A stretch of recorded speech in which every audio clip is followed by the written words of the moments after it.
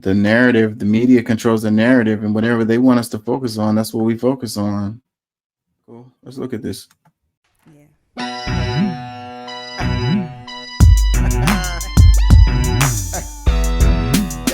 This one a little bit.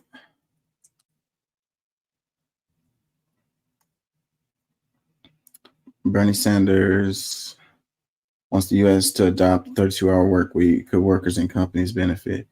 And I know what you're going to say. Oh, socialism, communism, capitalism. We're all going to be poor and homeless. That's what Sanders want us to be. He wants us to be lazy. He wants us to get handouts from the government. So you know that the pay isn't going to change. People are just going to work one day less. Their pay will be the same. That's how it's going to work, or supposedly, in theory. So no, nobody's going to go homeless. So by Russ Bynum, updated 1103, March 15, 2024. It says the 40-hour work week has been standard in the U.S. for more than 8 decades. Now some members of Congress want to give hourly workers an extra day off. Senator Bernie Sanders, the far left, independent from Vermont, this week introduced a bill that would shorten to 32 hours the amount of time any Americans can work each week before they're owed overtime. So yeah, so you work 5 days, then they gotta pay you. So like that's gonna benefit you. I don't, what's weird about this kind of stuff is that I know that a lot of people are gonna push back on this, but I have no idea why. Like it's gonna benefit you all over the place, but you're gonna push back on it and call it communism or something. Like I don't know, man. The programming is very thorough here.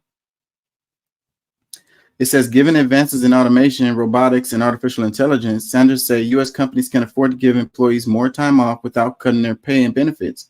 Critics say a mandated shorter week would force companies to hire additional workers or lose productivity. Nope.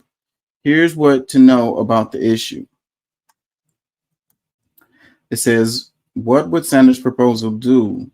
The bill Sanders introduced Wednesday in the Senate will reduce the standard work week from 40 hours to 32 hours. Employers will be prohibited from reducing their workers' pay and benefits to match their lost hours.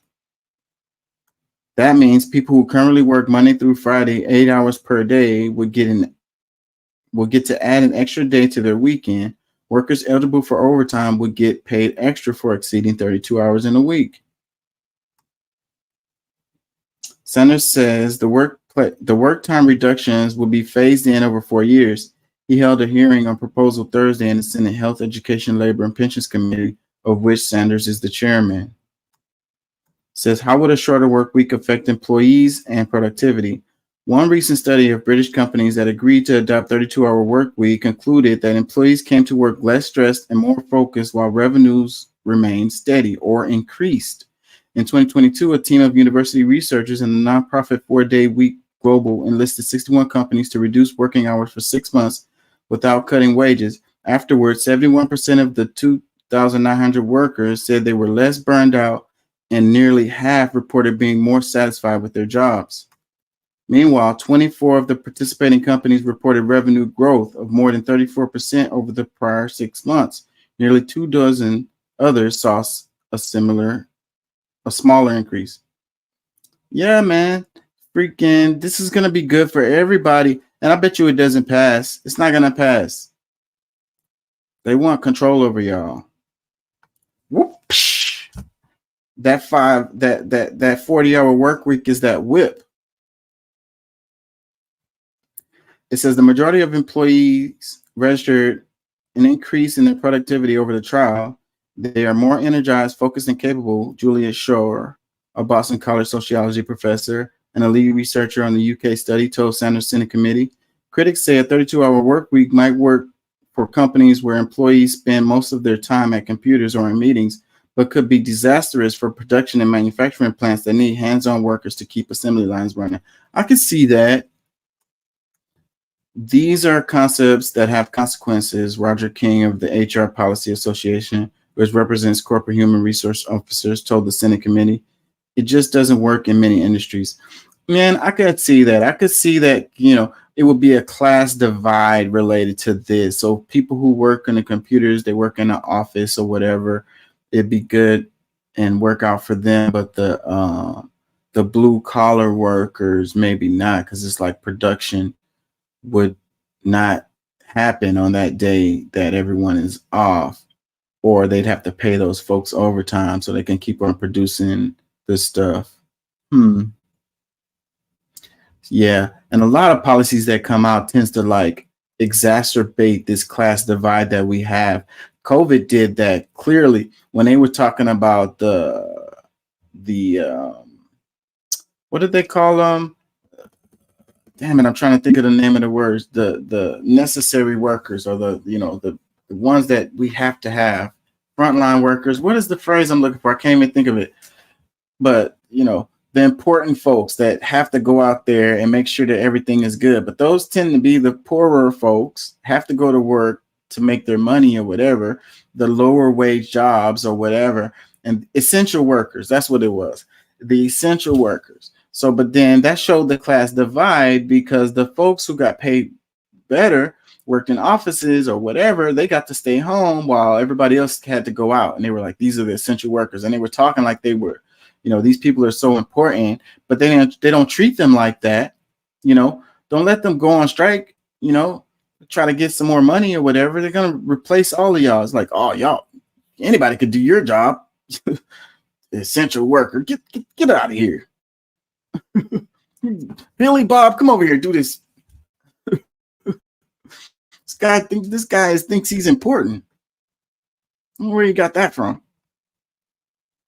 It was bullshit. It was bullshit to try to like make people feel good about themselves while they're slaving away and possibly catching COVID, like putting their life on the line to do these freaking minuscule like manual tedious labor.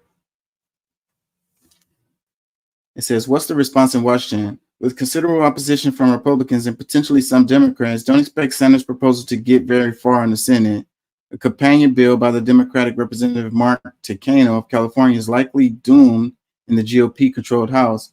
GOP Senator Bill Cassidy of Louisiana said paying workers the same wage for fewer hours will force employers to pass the cost of hiring more workers along to the consumers. What the F ever? They always say that shit.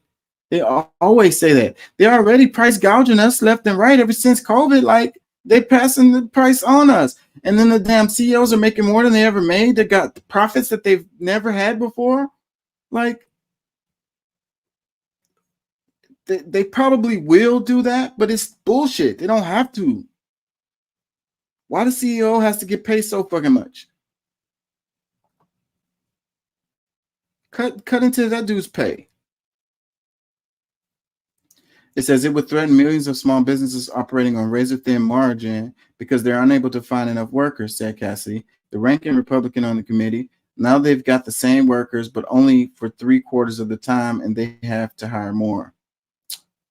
We just did a report that said that people are more productive. So in a lot of industries, they won't have to hire anybody else. Just because they're giving them a day off, they got to hire more people? That's the way they screw us. I used to work for Home Depot, and it was like almost everybody they hired on would be part-time, and you basically got to get promoted into full-time there, and that's how they do it. And it's like they don't need all of those damn staff members. They could just hire the people at full-time, but instead of hiring one person full-time, they're hired 3 people part-time. They don't have to pay them benefits and stuff like that. It's just a way to dodge all that shit.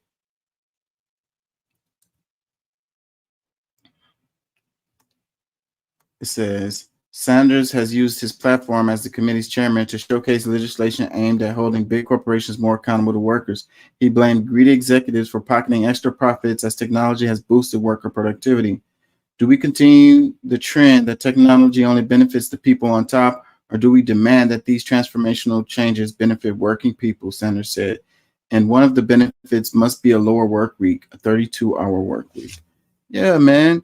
The money, the benefits, everything goes to the top. And the people just keep on struggling away, grinding, just trying to make it to the end of the week or the end of the month after month after month. They'll never get to take vacation.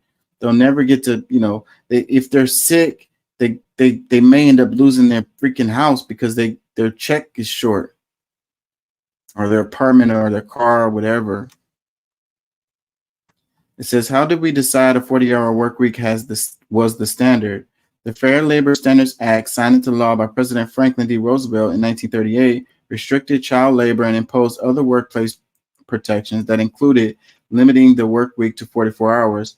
The law was amended 2 years later to make it a 40-hour work week. And I was reading about that, and it was like, really, they proposed a 32-hour work week, and then they came back with the 40-hour thing. And what they're leaving out about this is a lot of people died. There was protests across the nation, labor protests that was happening, and they were getting their head cracked by the police, and it was a lot of pressure. That's what caused them to do this. If it wasn't for those people protesting and all of that pressure, they would have continued to be the way it was, and they could just work you from sun up to sundown, work you to death. It says the landmark law followed a century of labor union efforts. See, this is what I was talking about.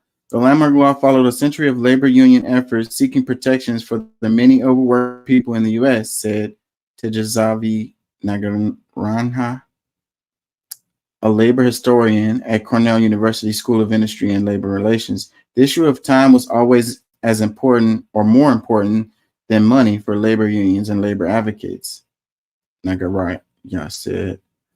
In 1830s, coal miners and textile workers began pushing back against the work days up to 14 hours after the Civil War. The abolition of slavery caused those in the U.S. to take a fresh look at workers' rights. Unions railed around the slogan, 8 hours for work, 8 hours for rest, and 8 hours for what you will. The federal government took tentative steps toward limiting working time. In 1869, President Ulysses S. Grant ordered an 8-hour work day for government employees. In 1916, Congress mandated the same for railroad workers. Because it's more about time than it is about money, People having time to spend with their family or just do whatever it is that they want to do, it's good for mental health. You wonder why so many depressed folks out here and they're lonely. All they do is work. Their job is all they have. It's more about time than it is about money. And what's crazy about that is the people that are up, the white collar workers, the upper class folks, they have a work-life balance. Their kids, when their kid is they're at their kid's baseball game or football game or basketball game, gymnastics, whatever, they're there. Folks like me, I didn't get to catch none of my daughter. She's in wrestling. I didn't get to catch none of her games, and I wanted to go. But I had to work the same time that the games were on. And she doesn't have a mom, so it's not like there's somebody else. There's just me. So, like I say, those folks, if they get sick, they take time off. They go to the doctor. They rest their body. They take medicine. And they come back to work when they feel better. Folks like me, we get sick and then we go to work because we can't miss work because then we're not going to make enough money to pay our bills. We don't get paid time off. It says other reforms came from private industry. In 1926, Henry Ford adopted a 40-hour work week for his automobile assembly workers more than a decade before Congress mandated it. Ford wrote, "It is high time to rid ourselves of the notion that leisure for workmen is either lost time or class privilege." Because that's what it is. It's class privilege, and we have this attitude that you're lazy if you don't want to work like all the time. These rich folks, they don't work all the time. Like a lot of them don't work at all. And Ford did some good stuff because he wanted to make sure that his people made enough money to buy what they were making. Like they were able to buy the car, that they built. So he paid them enough to be able to do that. And it's crazy because an educated and united public cannot be controlled. Get organized. Learn to be Nowadays, active. People work at a company and they can't buy the stuff that they make or whatever. They can't. Let's say they work at a restaurant. They can't even go to that restaurant to eat. Can't afford it. Realize Democrats ain't the answer. Now, if you are conservative, you may enjoy my content.